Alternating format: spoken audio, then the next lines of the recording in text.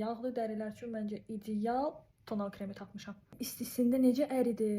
Bu dəfə tamam fərqli tonal kremi istifadə edəcəm. Bu tonal kremin fərqliliyi odur ki, əlinizdə isidib sonra tətbiq etmək lazımdır. Mən də ilk dəfə istifadə edəcəm, ona görə həyecanlıyam.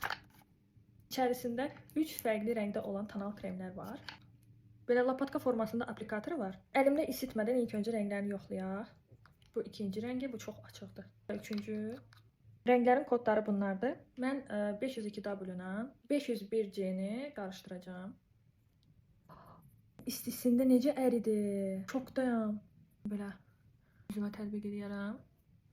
Və əsas nüans. Wow. Tücülüyü çox qəşəngdir.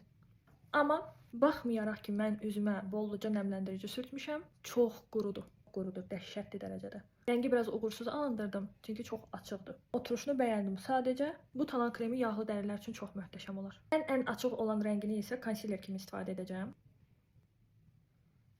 Konsiler kimi əslində bunu istifadə etmək çox möhtəşəmdir. Quru dərilər bu tonal kremə yaxın durmasın.